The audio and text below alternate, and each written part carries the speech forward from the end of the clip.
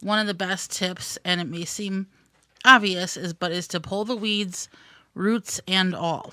Just because you pull the weeds and you don't see the weeds anymore doesn't mean that they're not coming back, because a lot of times we just rip the top off, or take a garden hoe and just slice it off, or a hula hoe, and take it out, and that's it. But there's a lot of roots under the soil, and these weeds are very aggressive. That's why they're there, because they are very tough and strong, and they will divide and grow new shoots and new plants by simply tiny, tiny root divisions.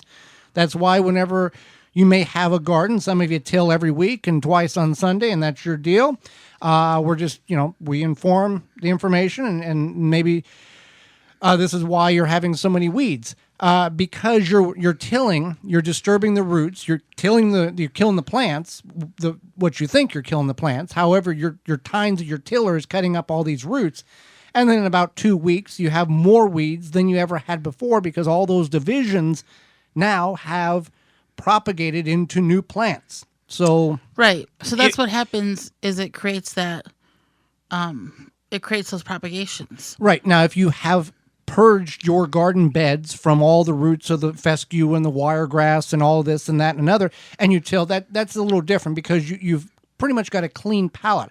However, just because you don't have any roots doesn't mean you're not going to have weeds come up, for a variety of different reasons. Some weed seeds can sit dormant in your garden for up to 80 years.